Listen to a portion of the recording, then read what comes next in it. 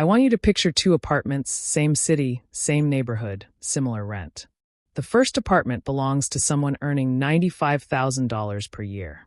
Walk inside and you'll find a 75-inch television mounted on the wall, a leather sectional that cost $4,000, a kitchen full of appliances, most still in their original boxes, closets overflowing with clothes, many with tags still attached, a spare bedroom converted into storage for items that haven't been touched in years. This person checks their bank account with a knot in their stomach. They're 2 missed paychecks away from crisis. The second apartment belongs to someone earning $52,000 per year. Walk inside and you'll notice space, a modest couch, a reasonably sized television, a kitchen with exactly the tools that get used regularly, a closet with clothes that actually get worn. The spare bedroom is actually a bedroom. This person checks their bank account with calm confidence. They have 18 months of expenses saved and invest 20% of every paycheck. Same neighborhood. The person earning almost half, as much as nearly 10 times the financial security. This isn't a story about income. It's a story about the hidden relationship between stuff and money that most people never understand. The first person isn't bad with money in any obvious way. They don't gamble. They don't have expensive addictions. They just gradually accumulated a lifestyle that requires every dollar they earn to maintain. The second person discovered something that changed everything. They learned that owning less doesn't mean living worse. It means living deliberately, and deliberate living creates financial margin that most high earners never experience. Today I'm going to walk you through the minimalist money rules that separate people who always have money from people who never do, regardless of income. These aren't about deprivation. They're about understanding that every object you own has ongoing costs you've probably never calculated. Let me start with a concept that will reframe how you think about every purchase you make for the rest of your life. Everything you own costs money twice. The first cost is obvious. It's the purchase price, the number on the receipt. But there's a second cost that most people completely ignore, and it's often larger than the first. The second cost includes storage, maintenance, mental energy, and opportunity cost. That treadmill you bought requires space in your home. Space costs money, roughly $30 to $50 per square foot annually in most urban areas. A treadmill takes up about 20 square feet when you account for clearance space. That's $600 to $1,000 per year in implicit rent you're paying to store exercise equipment that probably hangs clothes most days. The second cost also includes maintenance and upkeep. That boat sitting in your driveway needs winterization, cleaning, registration, insurance, and occasional repairs. The industry rule of thumb suggests annual maintenance costs run about 10% of the boat's value. A $30,000 boat costs $3,000 per year just to own, even if you never take it on the water. I am not done yet. The second cost includes mental energy too. Every item you own occupies a small slice of your attention. It needs to be cleaned, organized, maintained, insured, worried about, and eventually disposed of. Researchers have found that visual clutter increases cortisol levels and reduces the brain's ability to focus. Your stuff is literally stressing you out in ways you can't consciously perceive. Nope, not over yet. The second cost includes opportunity cost. Every dollar locked up in possessions is a dollar not invested. That $15,000 home gym equipment setup could have been $15,000 in index funds, growing to $50,000 or more over 15 years. You didn't just buy a home gym. You bought a home gym instead of future financial freedom. When you add up these hidden costs, many possessions cost more to own than they cost to buy. The purchase price is just the entry fee. The ongoing costs continue for as long as you possess the item. Minimalists understand this intuitively. They're not avoiding possessions because they hate nice things. They're avoiding possessions because they've calculated the true cost and decided most things aren't worth it. This leads to the first rule that minimalists follow religiously. Rule 1. Calculate cost per use before any purchase. Before buying anything, estimate how many times you'll realistically use it. Divide the total cost by that number. This gives you the cost per use, which is the only honest measure of value. A $200 jacket worn twice costs $100 per wear. A $400 jacket worn 200 times costs $2 per wear. The expensive jacket is actually cheaper in any meaningful sense. This calculation destroys most impulse purchases immediately.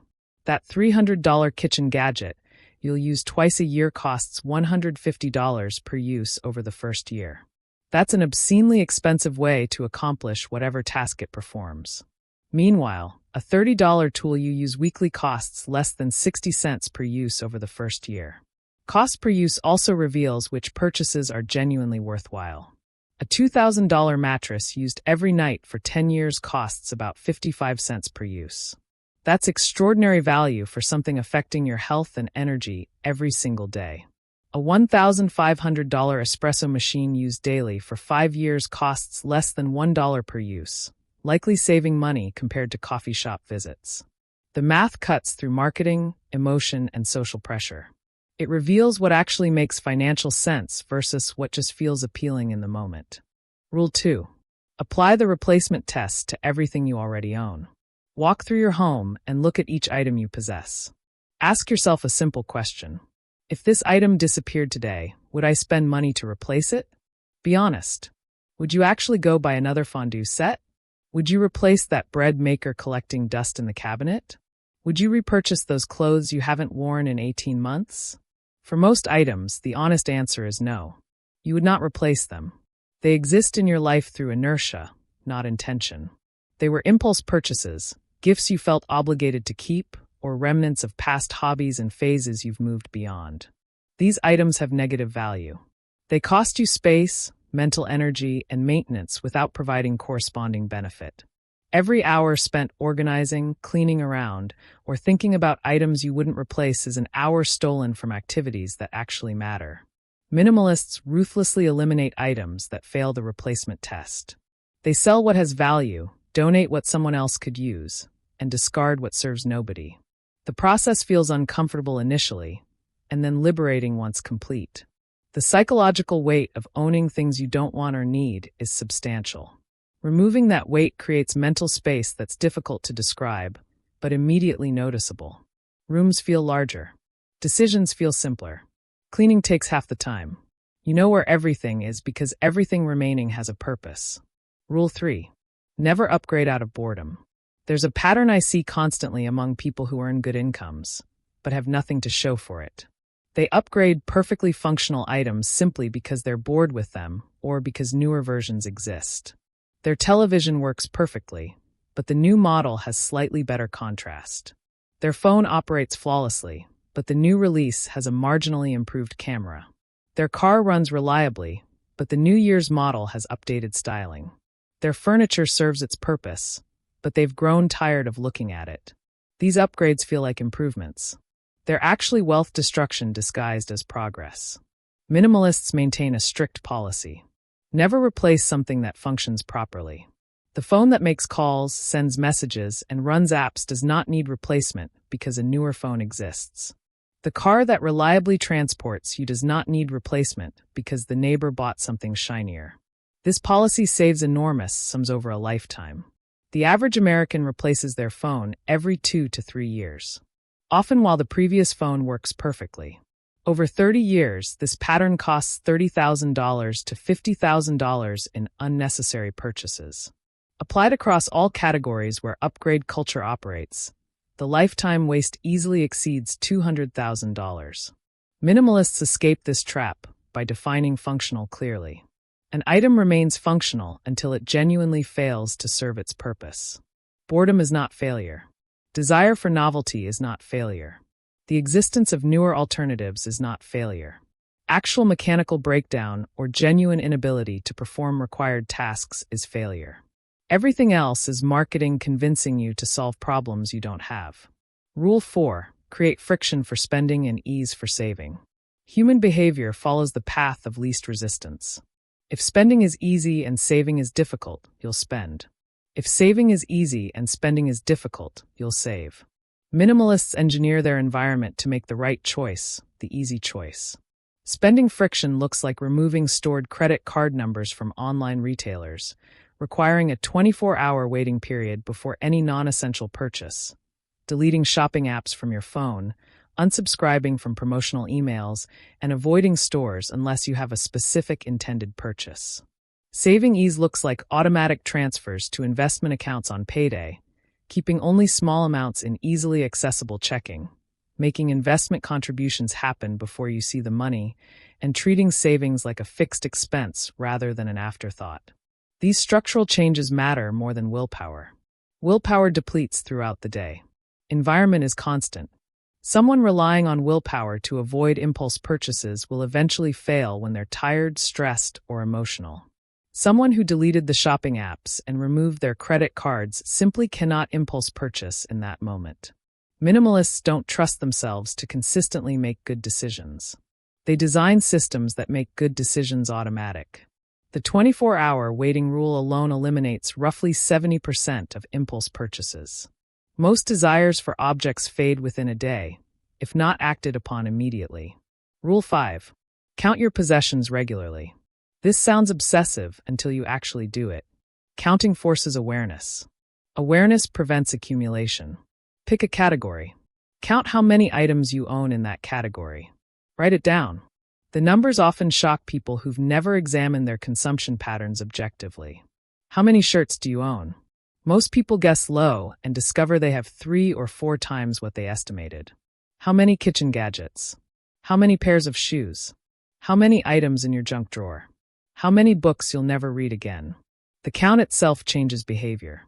Once you know you own 47 shirts, buying another feels different. You're not adding a shirt. You're bringing your collection to 48. The absurdity becomes visible. Minimalists track key categories over time. They set maximum thresholds. Perhaps 30 items of clothing total. Perhaps 15 books at any given time. Perhaps a one-in, one-out policy, where any new purchase requires removing something existing. These constraints prevent lifestyle creep. Without intentional limits, possessions expand to fill available space. With limits, each addition requires a conscious decision about what it's replacing.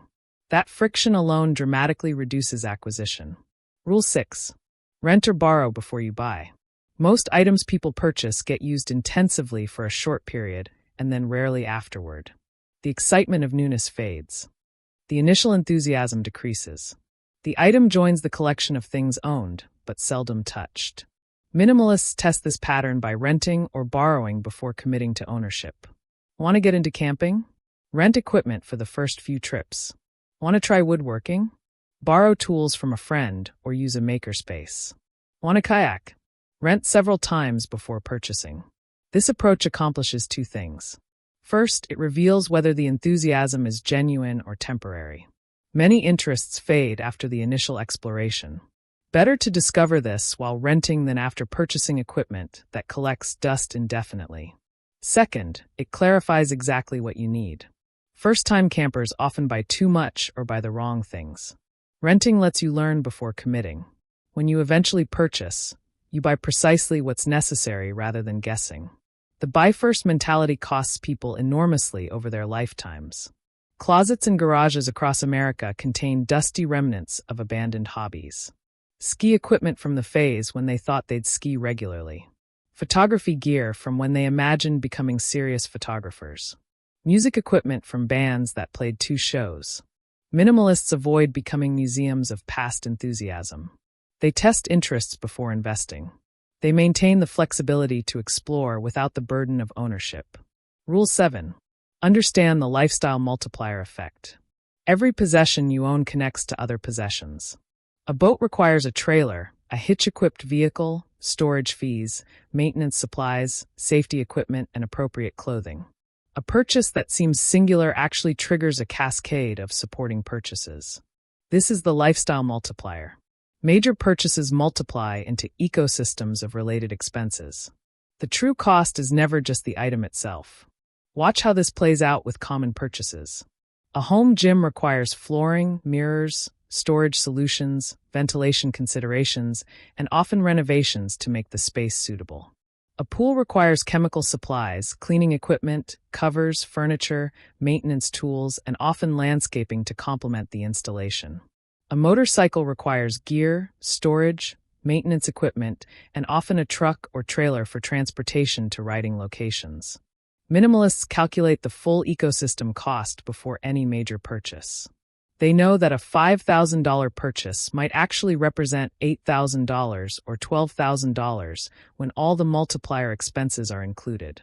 This full accounting often transforms what seemed like a reasonable purchase into something clearly excessive.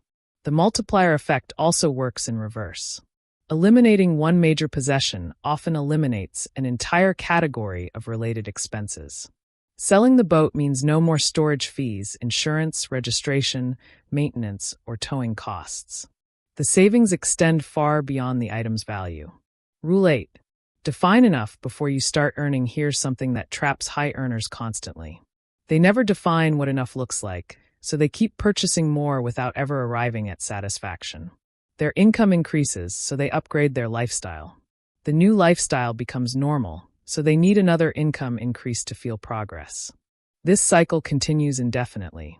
People earning $300,000 feel just as financially stressed as people earning $80,000 because their expectations and expenses expanded alongside their income. Minimalists break this cycle by defining enough before they start earning. They decide in advance what kind of home is sufficient, what kind of car meets their needs, what level of material comfort constitutes genuine satisfaction. Then they earn toward that target, rather than constantly moving the goalpost. This might mean deciding that a $350,000 home is enough, even if you eventually could afford $600,000. It might mean deciding that a $30,000 car is enough, even when colleagues drive $70,000 vehicles. It might mean deciding that your current wardrobe is enough, even as your income could support constant upgrades. Defining enough creates a finish line. Without it, you're running an endless race where lifestyle expansion always outpaces income growth. With it, you reach a point where additional income flows entirely to saving and investing, rather than consumption. The person who defined enough at $60,000 of annual spending, and then started earning $150,000, builds wealth at an extraordinary rate. The $90,000 difference between income and enough goes directly to financial freedom. Meanwhile, someone earning the same $150,000 but constantly redefining enough upward might save almost nothing. Rule 9. Measure wealth by optionality, not accumulation. The conventional view measures wealth by what you have. Houses, cars, possessions, visible markers of success. Minimalists measure wealth differently. They measure it by what they can choose.